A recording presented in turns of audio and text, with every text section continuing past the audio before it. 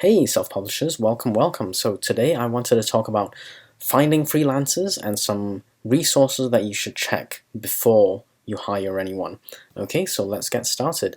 Number one, before you hire any help, is to get recommendations. So it doesn't matter if it's for a cover designer, an editor, a proofreader, whatever it is. If you're hiring someone and you're not sure who to hire, the first point I would make is always get recommendations first, because someone else has used them.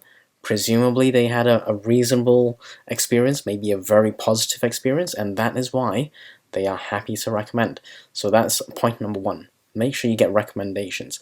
Now, number two is Alliance of Independent Authors. In fact, I suggest everyone check this resource before you hire anyone. Preferably you see them on the list, and if they're not on the list, that will come back to recommendations and a bit of trust.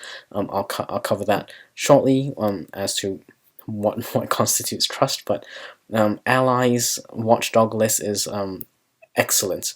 So let me just show you what Ally's Watchdog list looks like. So if you go on to Google or your search engine, type in Alliance of Independent Authors Watchdog, it will bring you to a list of search results. The first one, Watchdog Desk, Service Ratings and Reports, brings you to this page, and you can see they've got some things about what they do and how they do it and such. Anyway, if you have a read and then click on I believe it's point number 5, services ratings.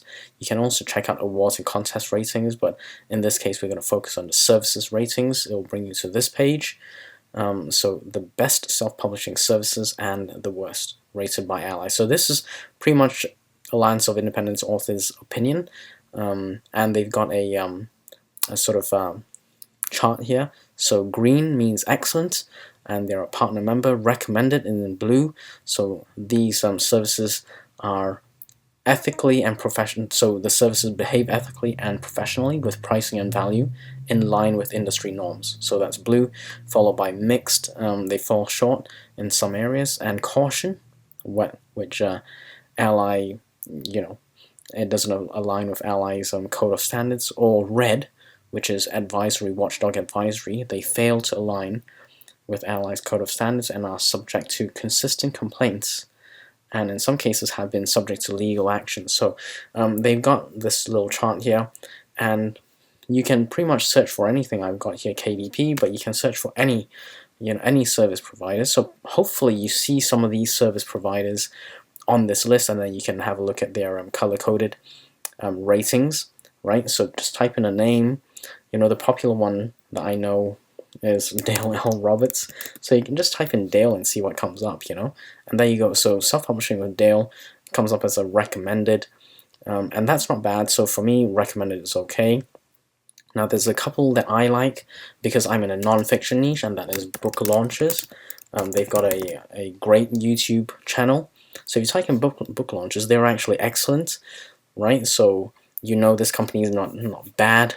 Okay, so whatever they suggest, I would say do your due diligence, but they are probably giving you good suggestions. You might want to check something like ACX, which is audiobook, and Allies actually put them under caution because of their open-ended refunds, for which the author is penalized. Anyway, all this to say that Allies Watchdog Services is a great resource that you should definitely check, okay?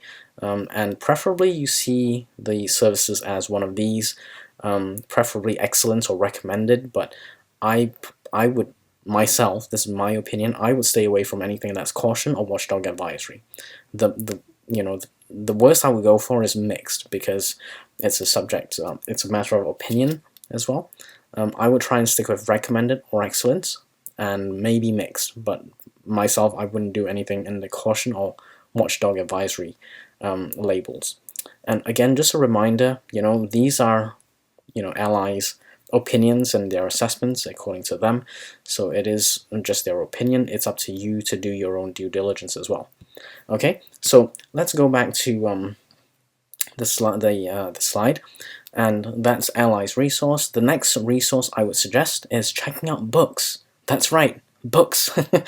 So if you read some books, especially some of the more traditionally published books, you'll see within the cover or the first 1 or 2 pages, especially on the copyright page maybe, the book actually might say, and this doesn't always happen, but they might say who designed the cover, who did the editing, and so on. So just reading some of those books, you may be able to see which companies or which service providers or people that author or publishing company has used in the past, and that's not a bad way to get some potential names or companies which you can then go and look up on.